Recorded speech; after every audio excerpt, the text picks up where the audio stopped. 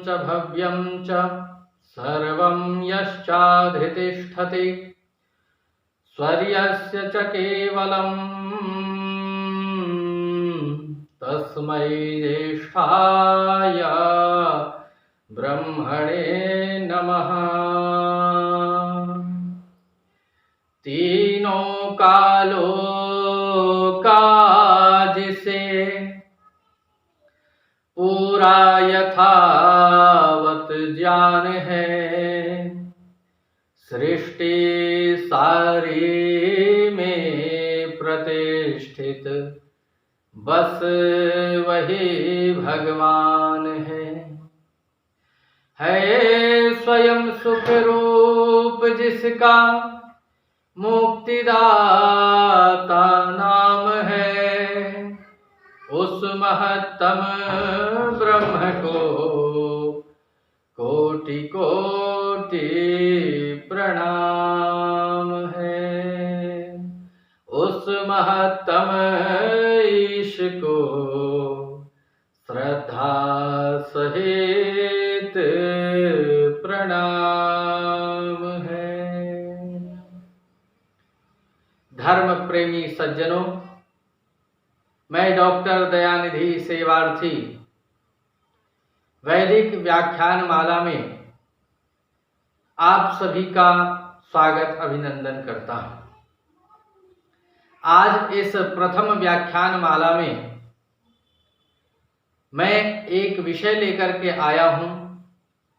वह विषय है कि हमें किसकी बात माननी चाहिए, हमें किस ग्रंथ की, किस व्यक्ति की, किस विचारधारा की बात मानकर के जीवन में आगे बढ़ना चाहिए। जब यह प्रश्न हमारे सामने आता है, क्योंकि हम समाज में देखते हैं कि हर कोई अपने विचारधारा के प्रचार प्रसार में लगा हुआ है।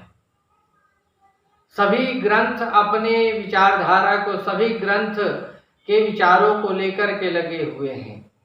कोई कहता है कि कुरान की बातें, आयतें बहुत अच्छी हैं, इसको मानो, इसको समझो, इसके सामने आप अपने आप को समर्पित करो।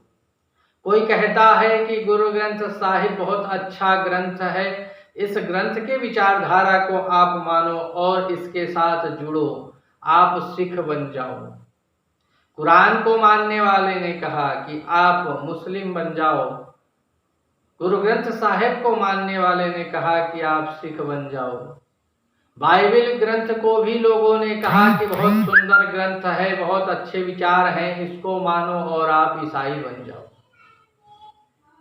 तो किसी ने कहा कि आप रामायण को पढ़ो और गीता को पढ़ो, भागवत पुराणों को पढ़ो, आप हिंदू बन जाओ, इनके विचारधारा पे चलने लग जाओ। तो किसी ने कहा कि धर्मपीटक जैसे ग्रंथों को आप पढ़ो और पढ़ कर के आप बौद्ध विचारधारा पर चलो, आप बौद्ध बन जाओ। तो किसी ने कहा कि आगमों को पढ़ो और आप जैन विचारधारा पे चलो और जैनी बन जाओ। तो बंधुओं, मानव एक ही इंसान है, मैं एक ही व्यक्ति हूं, मैं क्या क्या बन जाऊं और इसमें कौन सी विचारधारा सही है, किस ग्रंथ की बात सही है, किस ग्रंथ के मानने वाले, जो इसके अनुयायी हैं, जो इसके प्रचार प्रसार करने वाले लोग हैं, वो सही हैं, मैं किस ओर जाऊं, मैं भ्रम में पड़ जाता हूं। तब मुझे एक बात ध्यान आती है, छोटी सी तर्क, छोटा सा विचार हमें सामान्य व्यक्ति भी सोचता है कि जब 4 व्यक्ति 5 व्यक्ति आपके सामने खड़े हों और चारों पांचों अपनी अपनी बात करें, तो उसमें हमें देखना चाहिए कि हम किसकी बात माने। तो किसकी बात माने? तो जो सबसे बड़ा हो उसकी बात मानिए। तो बड़ा यानी प्राचीन, सबसे ज्यादा उम्र वाला है, उसकी बात हम माने।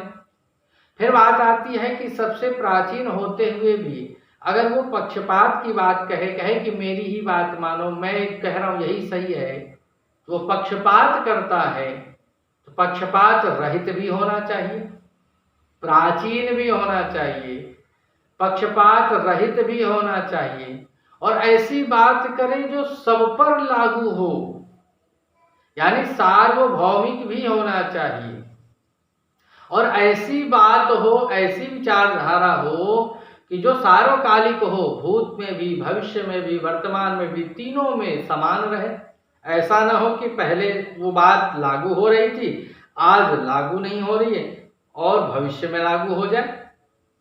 तो तीनों कालों में समान रहे, पक्षपात न हो और सबके लिए अवसर हो, सबके कल्याण की बात करे, प्राचीन विचारधारा हो, उसे ही हमें मानना चाहिए।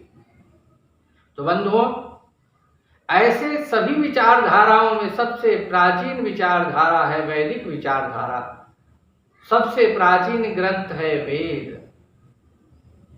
यह वेद ग्रंथ जो है सबसे प्राचीन है, यह सार्वभौमिक है।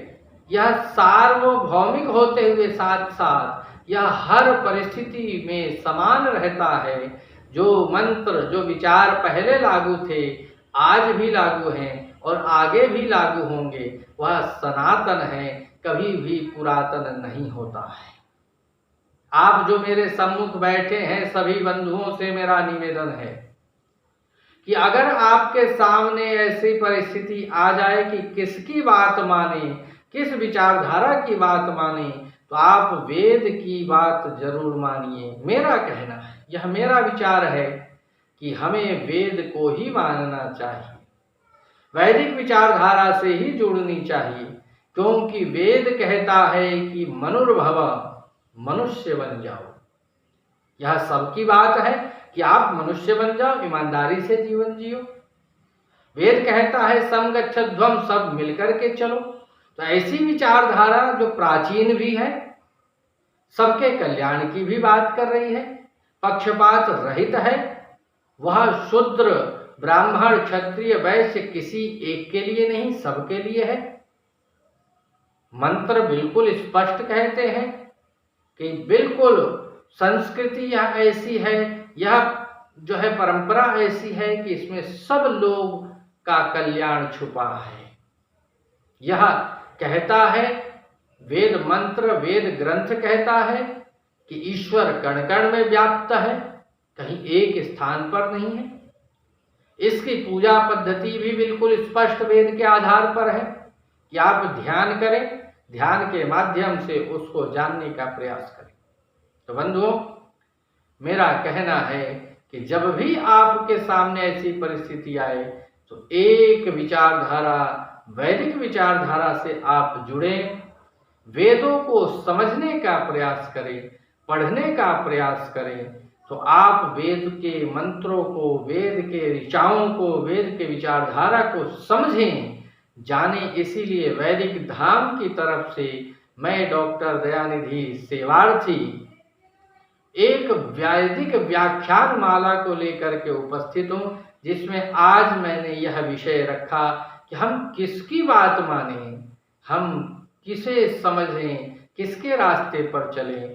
तो सबसे प्राचीन हो, सार्वभौमिक हो, निष्पक्ष हो और सबकी बात करे, कल्याण की बात करे, किसी एक की बात न करे। तो ऐसी विचारधारा वैदिक विचारधारा है, वेदों के आधार पर चलने वाली विचारधारा है। इसमें 1% भी कहीं से संदेह नहीं हो जाना चाहिए, बिल्कुल स्पष्ट है, सारे भ्रम यहाँ मिट जाते हैं। तो आगे के व्याख्यानमाला के क्रम में हम समझेंगे कि वेद क्या है, वेद क्यों पढ़ें, किस लिए पढ़ें, वेद की विचारधारा क्या है, वेद के अनुसार हमारा जीवन कैसे चलेगा, वेद के मंत्रों को कैसे पढ़ना चाहिए, वेद के मंत्रों का पाठ हमें कब करना चाहिए, किस उद्देश्य से करना चाहिए, वेद मंत्रों के अर्थ क्या है, ये छोटे छोटे विषय लेकर के मैं आपके समक्ष आता रहूँगा। आज इसी विषय के साथ मैं अपने वाणी को विराम देता हूँ। आप सभी का बहुत बहुत धन्यवाद जो यहाँ आए और आप लोगों ने मेरे विचार को सुना, और आप लोग जो विचार सुन रहे हैं, इस विचार को वैदिक धाम के टीवी चैनल पर प्रकाशित किया जाएगा। आप सभी बाद में वहां से भी देख सकते हैं और वहां से जुड़ करके आप पुराने और नए विचारधारा को भी, हमारे व्याख्यान माला को भी आप वहां से श्रवण कर सकते हैं। तो सभी का फिर से मैं धन्यवाद करता हूं, फिर से नमन करता हूं। ओम शांति शांति शांति।